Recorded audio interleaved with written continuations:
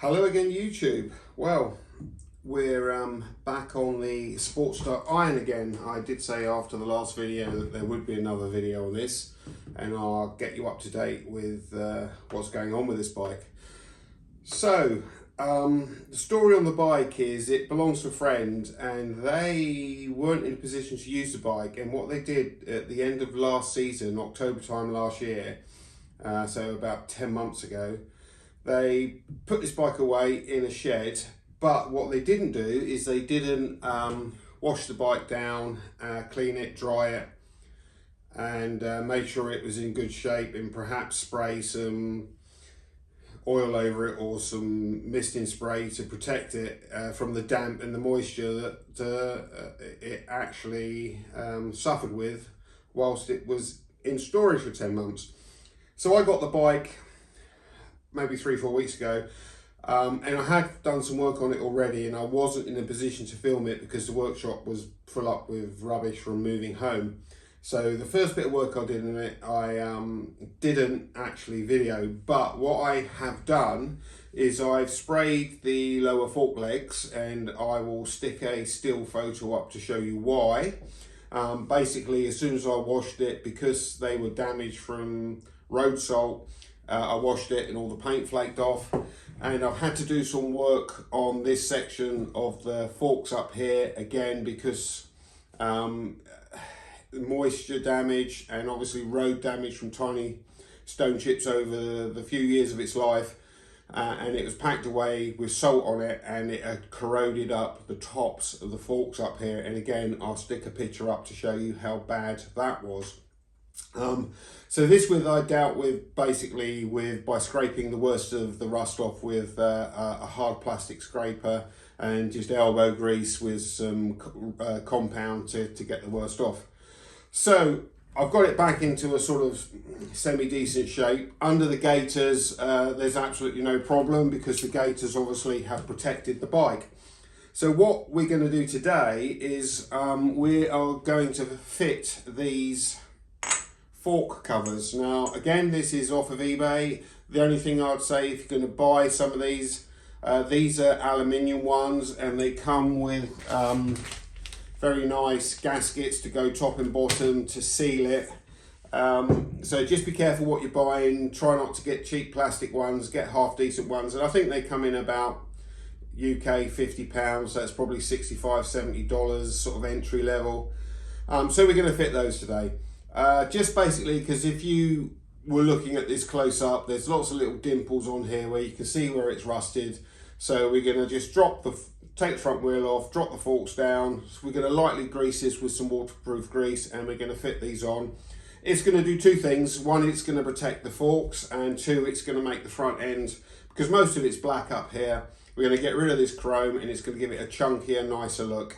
So that's what we're going to do. So I'm not a mechanic by any means. I just play with bikes part-time, but anything on the front end, I find before you jack this up, because we're going to have to jack this up to take the weight off the front wheel, and we're going to have to take the front wheel off, it's easier before it goes in the air to loosen up all the nuts and bolts. So the brake caliper's got to come off, because obviously the forks won't drop because there's not enough play in the cable. So that has to come off. Loosen up this pinch bolt, loosen up this pinch bolt, loosen this up, loosen this up, loosen up the axle, and again at the bottom of the fork this side there's another pinch bolt. So I'm going to loosen them all up first, and then I'm going to jack the bike up and get it ready to take the forks off. So first job is basically loosen everything.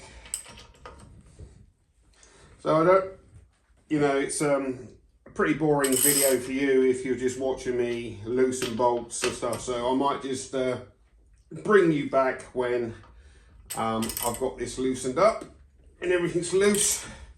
And obviously what I will say is when you do put this back together, obviously everything has torque specifications. Please make sure that you refer to your manual or go online and find out what the torque specs are and torque these up to the correct torque. So Obviously I'm not loosening them enough for it to just all fall out. I'm just loosening stuff enough to be able to move stuff when it's off the floor. Because stuff just moves around when there's no weight on the front wheel. Okay, I'm going to jack it up now. I'll just turn you off for a second whilst I do that and get it on the jack. So I've just jacked that enough now. There's still a tiny piece of weight on the wheel because I don't want the wheel to fall out. When you take this axle out, you can have the speedo here. There's going to be a spacer on the left and a couple of washers.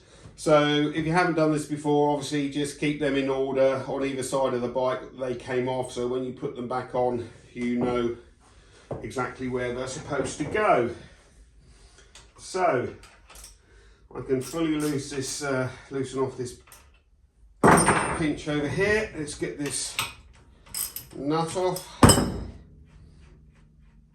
I've got a wooden floor in here, so when I drop stuff on the floor, obviously it makes a bit of a noise, so I'm sorry about that. There's a washer in there. I need to just jack that slightly more, take a bit more weight off that front wheel. There you go, we're just off the floor. And we should be able to get this axle to move now. Sometimes they might need a bit of persuasion. I should go and get my rubber mallet really, hold on.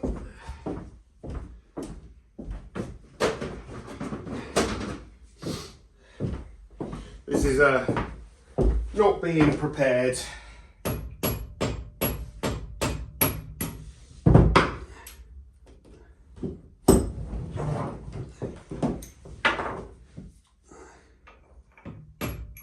There's my washer.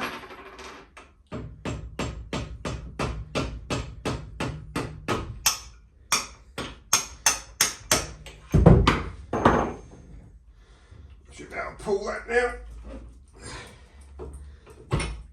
Okay, there's my axle, and there will be a spacer on that side. Before I go any further, that wheel will come out without taking the brakes off. I'll do that just to show you. So obviously it should just, in an ideal world, slide out, but I need a little bit more height because the wheels drop down.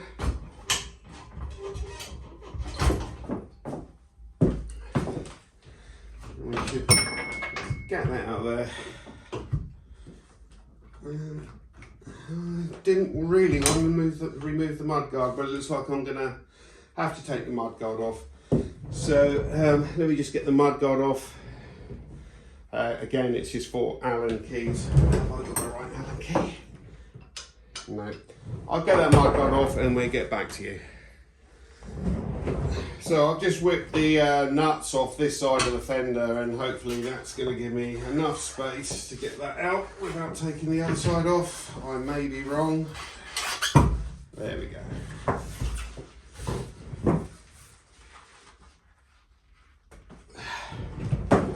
Okay, so let's keep everything nice and neat so we know where stuff's coming from. Okay, I'm just going to whip the caliper off next. There's nothing here that you need any special tools for, as long as you've got a socket set. I don't know if you noticed, but I rolled the bike up onto a couple of 6x1 planks. It's just easier for me to get the jack under the bike when it's slightly higher off the ground. So any work I do on my bikes, I always roll it up on a couple of pieces of wood to give it an extra 1.5 inches underneath. Especially if you're doing an oil change, just gives you that little bit more space to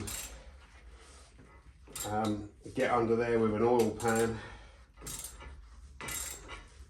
So what you shouldn't do is you shouldn't let these cables pull tight and just hang the brake caliper down. So I'm going to find, before I take that out, a bungee cord or something just to hold that up.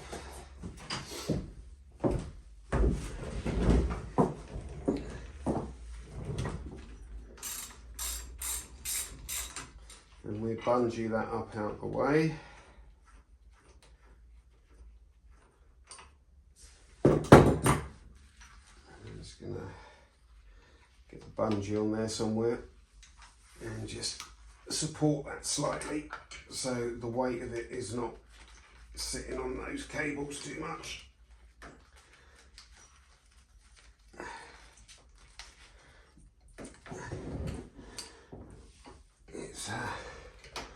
These things never play ball with you when you're trying to do this, of course, on camera, and they always end up making you look like you don't know what you're doing. Well, maybe I don't know what I'm doing, but I'll give that some support. That will do. Okay, so the only thing holding these forks in now are the 4 pinch bolts up here, which I have. I don't know if they're all hand loose, but that one was hand loose. That one's not. I just need to loosen these off, and hopefully that will come downwards.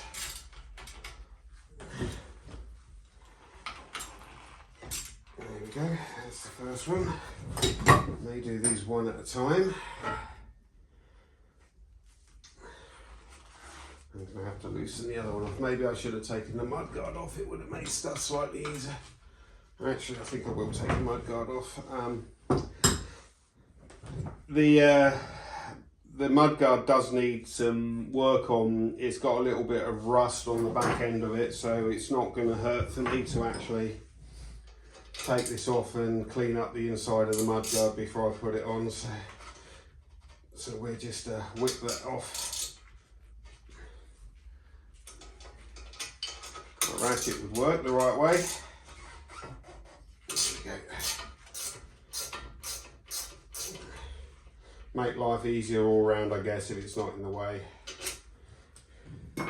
Just goes to show I'm not a professional when I don't do this all day, so I guess if you're doing this day in, day out, you would have, for the sake of four nuts, you would have just taken it off and not worried about it, because you know it's going to be a problem. Let's get that out of the way.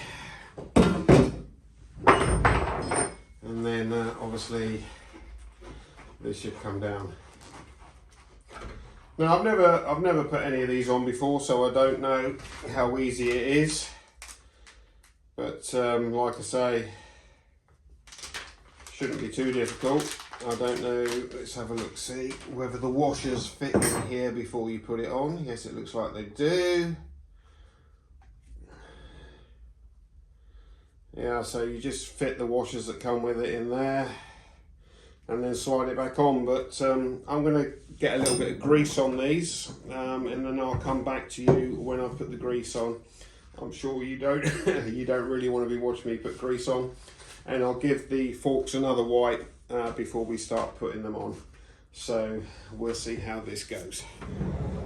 So we've just gone with some waterproof grease, like silicone based grease, where the rubber gaskets go, and we're just going to go with that. So lower this down, slot that in, let's see how easy this is, and push that back up.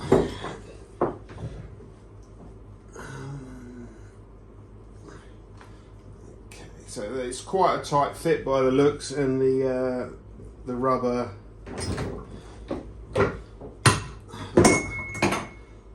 gaskets are just popping out. So it might be easier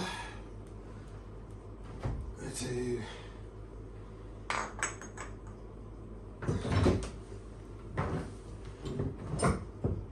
put the gasket on the fork first, or one of them. But of course the grease hasn't helped, it's made them just want to pop out even more. No, it's going to have to be fitted in. They're such a tight fit that we're going to have to put this in, slide it in place. It's going to take some fettling, that's the word, isn't it? It's not, because they're so tightly made to fit exact. The secret's going to be to get this in exactly the right place, square, without cables in the way. There we go.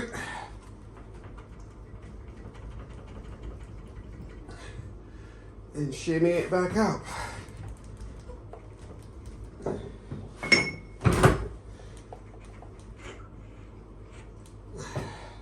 Right, I can see there's like a dust mark here where it was fitted, so I know I can get more or less exactly where it was, which is about there.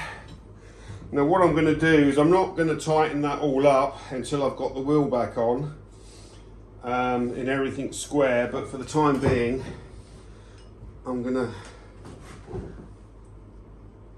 look at where we are and just pinch this lower one up to hold it in place for the time being, and then I'll tighten them up when I know we're all good.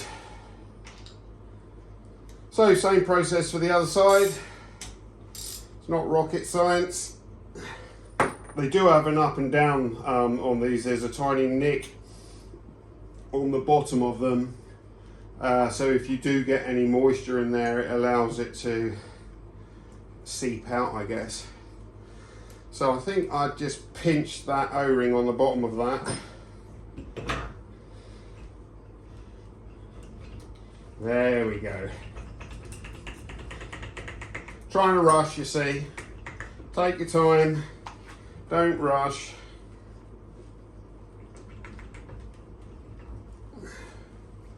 Right, that's gone straight through easily, so I need to line these two up.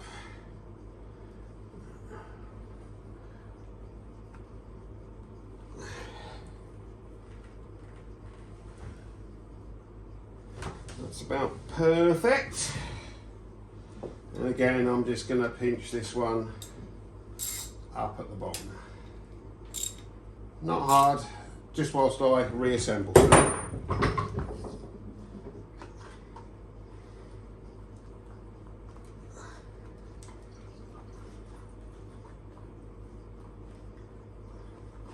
Maybe we can get those gaiters back up. These are Harley Davidson gaiters, obviously with the irons they come out the factory with them, and they are really pretty well made compared to some of the aftermarket ones that I've seen. Well, I think that looks a lot better. I've got a little bit of grease on there that I'll have to get off, but that really changes the look of the front of the bike. So, got greasy fingerprints everywhere, but nothing that's not going to clean off. Next job is I'm going to put the wheel back on without the mud guard in the way. Obviously makes life a lot better. So this side we have the axle going through and a spacer. You've never done this before. I've got to say all bikes are different. And the secret with getting this back on is having the bike jacked up so there's no weight on the front tyre and you're not trying to hold the wheel up trying to do it. When we get to this side, I've got to release that, get the caliper on, basically because the speedo drive has to go back in here, and I obviously can't fit the speedo drive. Can't fit the speedo drive on without the caliper back in place. I'm just going to slide that over the rotor.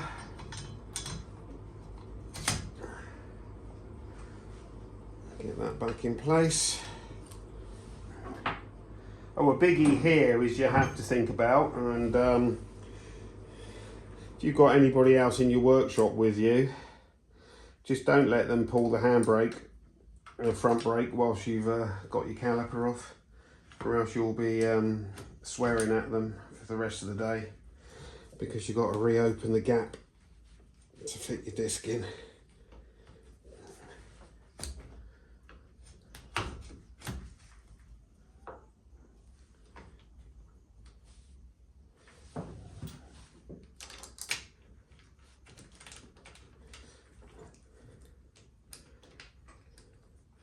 Then what I'm going to do is I'm just going to get this to hold for a second, and then I'm going to take these out again and put some thread lock on them. But I want to get the wheel on, so I need this in roughly the right place.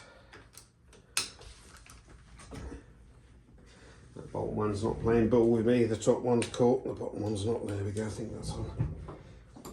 So I'm just gonna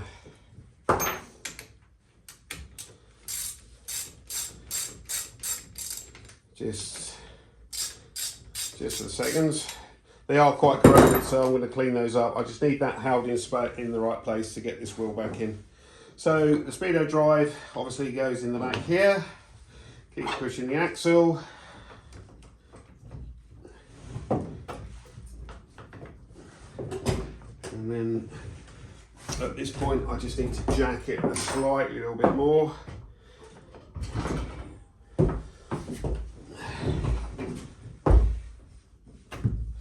Find the mallet, and I should be able to give that a bit of a love tap there, and that should be coming through. And this side was just the washer and my big nut.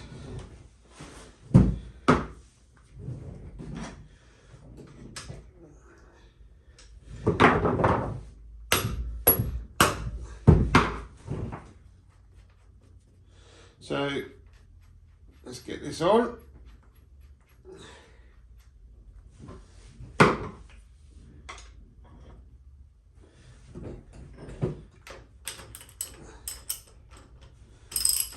Need to go and get my torque wrench out and torque this, but I'll do that in a minute. Just get it on for the time being. Don't forget that you have a pinch bolt over this side that you need to do up when you've had the wheel off.